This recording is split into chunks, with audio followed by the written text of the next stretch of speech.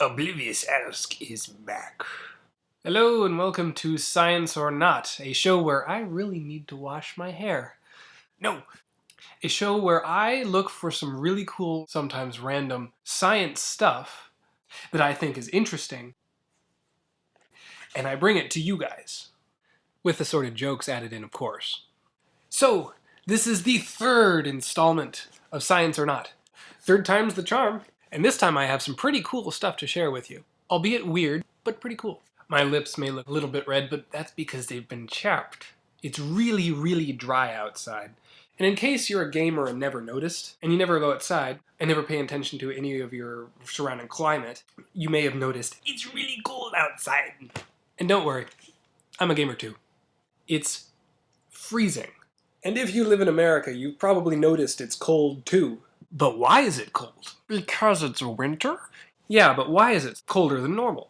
A little thing called Mother Nature, specifically El Niño. Mother Nature's daughter? If you're not familiar with El Niño, it is simply a phenomenon that happens with the wind currents and the sea currents and all this other stuff currents that happens once every 4 years or so and can last for as long as 2 years, where, to put it simply, it gets cold.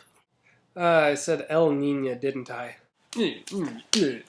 La Niña. I don't speak Spanish.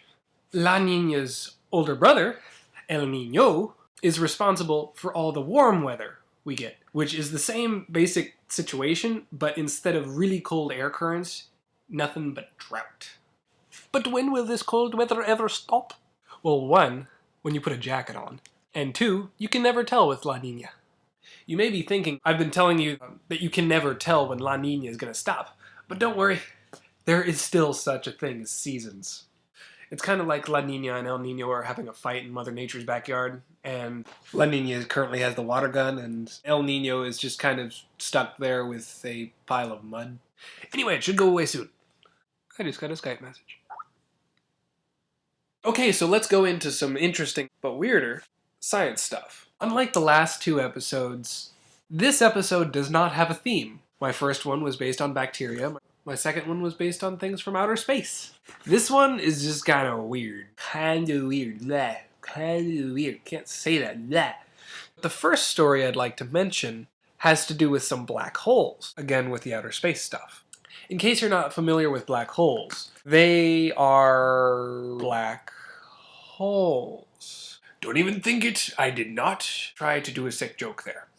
Essentially what happens to get a black hole is you get a whole bunch of mass, really heavy stuff, and squish it into a little itty bitty tiny space.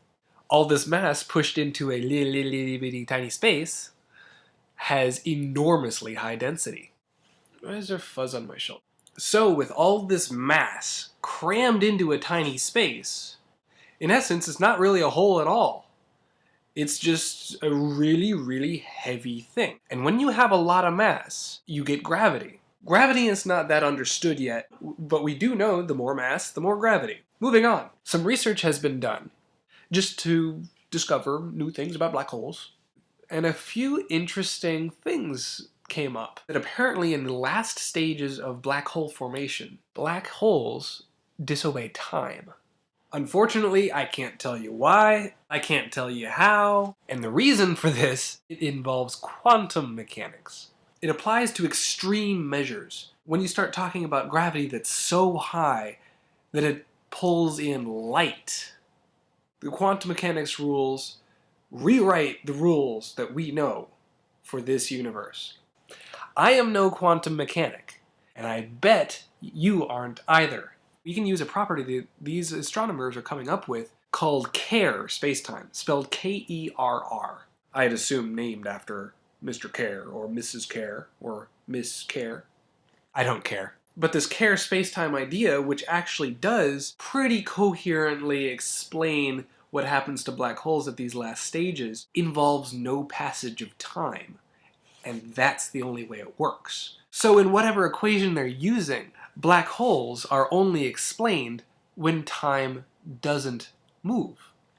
In essence, making black holes stop time. But how on earth would this work? I don't know. Maybe one of you quantum mechanics out there can figure it out. I, on the other hand, only want to know how to do it when I can do it to me, so I can have time for the rest of my homework. Whew. I did find a little bit more information on black holes, which was actually published on the same day that the one about time was published. Talk about timing. Essentially, that instead of time not mattering to them, dark matter does not matter to them. And through a catch-22 situation, some scientists basically proved that dark matter does not exist. But after reading the entire article, it's really, really complicated. So it's interesting, which is why it's in the drop-down bar below, but I'm not going to explain it because it's weird. The next story, though, is one that's really weird as well. In a lab in South Carolina, there are some scientists working on what they call charlum. Charlum is actually cultured meat. Now, it may sound disgusting. Meat grown in a lab, like vegetables in a garden. But there is some need for it. We have a world with an increasing population that's going through the roof. We get more and more people occupying more and more land. 30% of the world's land is already dedicated to making food. What if we need to fill that land with people? Then we won't have any food. So what we need to do is cut down on the area of the globe that produces food. Thing is, cows require space. Large companies don't seem to think so. But that's another movie. That's Food Inc. Sponsor! No, they're not sponsoring. Let's not talk about that. So we can actually grow meat in labs that require a lot less space and a lot less energy. A cow needs 3 to 8 pounds of nutrients to make 1 pound of meat. This begs the question, why don't we just eat the nutrients rather than the meat? The answer is because we're American. We like the meat. But my main question that I was thinking of, what's it gonna taste like? And it actually says that they can make this meat, or basically program it, to whatever taste you want. Whatever texture. Do you want it pork? Do you want it chicken? Do you want it nice and stringy, like Ostrich? Whatever you want. If they had more funding, they could probably do it. The point is, the technology is there. It's just grossing people out, so they're not getting the funding.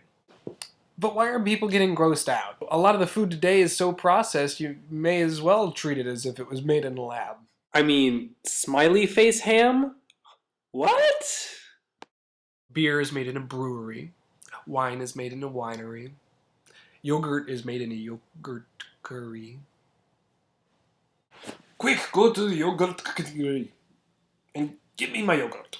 Well, how do you spell yogurt curry? I don't know. Bread is made in a bakery. This charlum would be made in carnery. That's just it. You don't think about it as a lab. Think of it as grown meat. And eventually the 7 billion people in the world will come to accept this. When they have no meat left. Oh.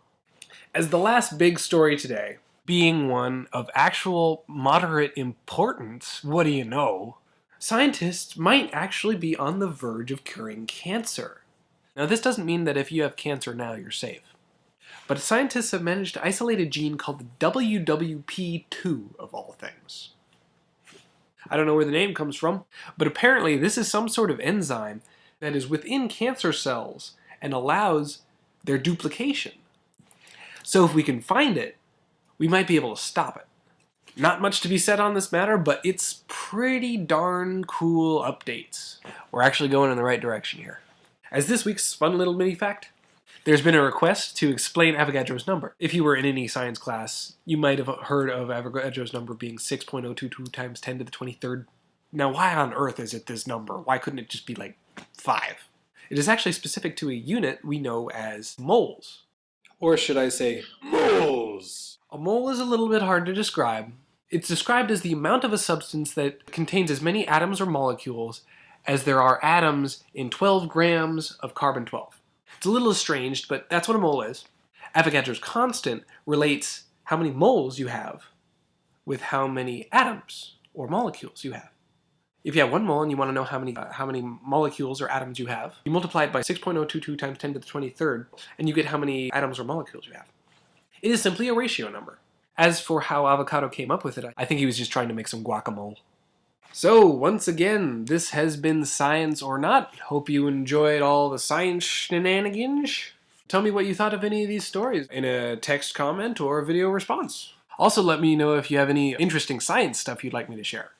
Everything I mentioned today, or tonight, depending on when you're watching this, is mentioned in the drop-down bar below. Like it if you like it, and subscribe if you love it. Once again, this is Oblivious Alsk, signing off.